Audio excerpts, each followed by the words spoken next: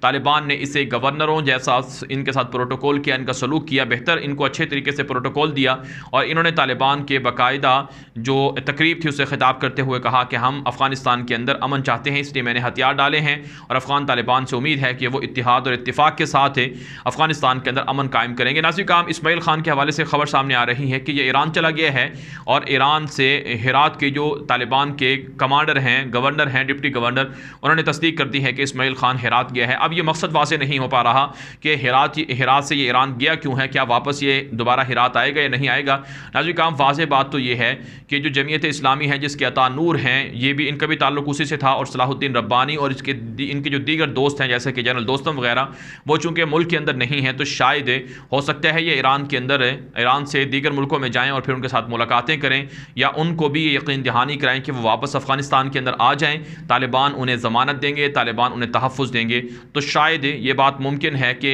اسماعیل خان کو طالبان کی جانب سے پہلے بھی کہا گیا تھا، مولوی امیر خان متقی نے انہیں فون کر کے کہا تھا کہ آپ باقی لوگوں کو بھی سمجھائیں کہ وہ پرامن طریقے سے طالبان کے سامنے سرنڈر ہو جائیں، طالبان انہیں تحفظ دیں گے اور ان کا جو جائز حق ہوگا وہ انہیں فراہم کیا جائے گا۔ تو اب ہو سکتا ہے طالبان کی جانب سے یہ مشن سونپا گیا ہو، لیکن اس کی تصدیق نہیں ہوئی ہے، اور یہ بھی ممکن ہے کہ اسماعیل خان طالبان سے معاہدہ کرنے کے باوجود افغانستان سے ہمیشہ کے لیے چلا گیا ہو، لیکن اس کا امکان بہت کم ہے۔ تو ایک خبر یہ تھی جو آپ کے سامنے رکھنی تھی۔ اس کے علاوہ ناظرین کرام، ایک اور جو خبر ہے وہ یہ ہے کہ افغان طالبان نے جو ٹی وی چینلز ہیں سرکاری اور ریڈیو چینل ہیں ان کا کنٹرول سنبھال لیا ہے۔ افغانستان کا نیشنل یا قومی ٹی وی چینل تھا، اس پر طالبان نے اسلامی امارت کی نشریات کا آغاز کر دیا ہے۔ آپ جانتے ہیں اسلامی تعلیمات کے مطابق طالبان میڈیا پر کام رکھنے کی اجازت دے رہے ہیں۔ جو اس سے پہلے خواتین عریاں آتی تھیں ان کی طالبان نے اجازت نہیں دی ہے، اور اب افغان طالبان نے اسلامی امارت کے جھنڈے لہرا کر، اسلامی امارت کے جھنڈے اسٹوڈیو کے اندر لگا کر، اور اسی طرح سے جو طالبان کے جو صحافی ہیں ان کے ذریعے سے نشریات کا آغاز کیا ہے۔ تو اسلامی نشریات کا آغاز کابل سے کر دیا گیا ہے، جس میں جو کابل کا افغانستان کا قومی ٹی وی تھا اور ریڈیو چینل تھا اور دیگر جو میڈیا نیٹ ورک تھے ان کے ذریعے سے طالبان کی جو اسلامی تعلیمات ہیں، قوانین ہیں، ان کے مطابق ان کو میڈیا میں کام کرنے کی اجازت دی گئی ہے۔ جبکہ ناظرین کرام، طلوع میڈیا نیٹ ورک ہے اور دیگر جو نیوز ادارے ہیں ان کو یقین دہانی کرائی گئی ہے کہ ہم آپ کا مکمل تحفظ کریں گے، لیکن اگر آپ ریاست کے خلاف، طالبان کی اسلامی امارت کے خلاف بیان بازی کریں گے، میڈیا کے ذریعے سے پروپیگنڈا کریں گے، تو اس کی اجازت نہیں دی جائے گی۔ تو میڈیا پر بھی طالبان کا مکمل کنٹرول ہو چکا ہے اور طالبان نے قوانین بھی جاری کر دیے ہیں۔ اس کے علاوہ ناظرین کرام، جو ایک اور خبر سامنے آ رہی ہے وہ آپ کے سامنے رکھنا ضروری ہے، وہ ہے طالبان کے امیر ملا ہبت اللہ اخونزادہ۔ ان کا پہلی آڈیو جو ان کی گفتگو ہے وہ نشر ہوئی ہے، وہ سامنے آئی ہے، جس میں جو ہلمند کے گورنر ہیں انہوں نے ملا ہبت اللہ اخونزادہ سے فون پر بات چیت کی ہے، اور اسے طالبان کی جانب سے نشر بھی کیا گیا ہے۔ ملا ہبت اللہ اخونزادہ کی آواز کے اندر یہ بات کہی گئی ہے کہ حالیہ فتوحات پر پوری قوم اور پوری امت مسلمہ مبارکباد کی مستحق ہے، مجاہدین کی جو قربانیاں تھیں وہ رنگ لائی ہیں، اس پر اللہ کا شکر ادا کرنا چاہیے، اور تمام جو مسئولین ہیں، تمام جو ذمہ داران ہیں، طالبان کے کمانڈرز ہیں، گورنر ہیں یا ڈپٹی گورنر ہیں یا فوج کے خفیہ اداروں کے لوگ ہیں، انہیں چاہیے کہ وہ عوام کی امن و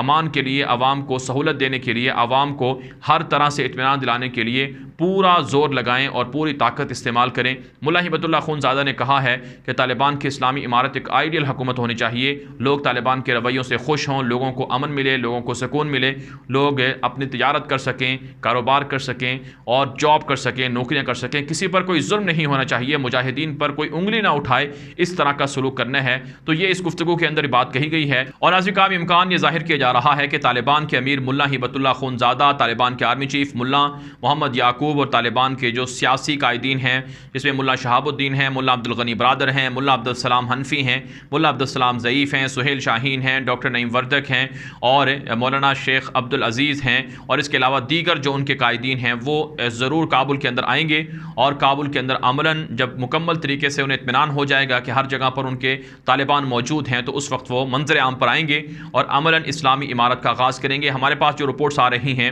کہ جو طالبان کی شورا ہے وہ طالبان کے معاملات کو رن کرے گی، وہی طالبان کی کابینہ ہوگی۔ اسی شورا کو کوئٹہ شورا کا نام بھی دیا گیا تھا، اور طالبان یقین رکھتے ہیں کہ جو اللہ رب العزت کی طرف سے قرآن پاک کے اندر ہدایات ہیں ان کی روشنی میں، احادیث کے اندر اور خلفائے راشدین صحابہ کرام رضوان اللہ علیہم اجمعین کا جو اسوہ حسنہ تھا ان کے مطابق وہ حکومت کریں گے۔ جس طرح سے خلافت کے اندر معاملات کیے جاتے تھے حکومتی، اسی طرح کا نظام نظام طالبان رن کریں گے، قرآن پاک کے اندر آتا ہے وَأَمْرُهُمْ شُورَىٰ بَيْنَهُمْ، تو یقیناً افغان طالبان کو اللہ رب العزت کا یہ فرمان اچھی طرح سے یاد بھی ہے اور اس کے مطابق وہ عمل کریں گے۔ تو اس لیے افغان طالبان کے جو امیر ہیں ملا ہبت اللہ خونزادہ، ان کے حوالے سے خبریں ہیں کہ وہ بھی جلد منظر عام پر آ جائیں گے۔ اب ناظرین ہم ایک اور خبر آپ کے سامنے رکھتے ہیں کہ امریکہ کی جو شکست ہے حالیہ اور امریکہ کی جو افراتفری کی حالت میں افغانستان سے روانگی ہے، اس پر امریکہ کی جو موجودہ حکومت ہے جو بائیڈن کی، اس کو سخت تنقید کا نشانہ بنایا جا رہا ہے۔ ناظرین جو سابق صدر تھے امریکہ کے ڈونلڈ ٹرمپ، انہوں نے اپنے مزید بیانات کے اندر یہ بات کہی ہے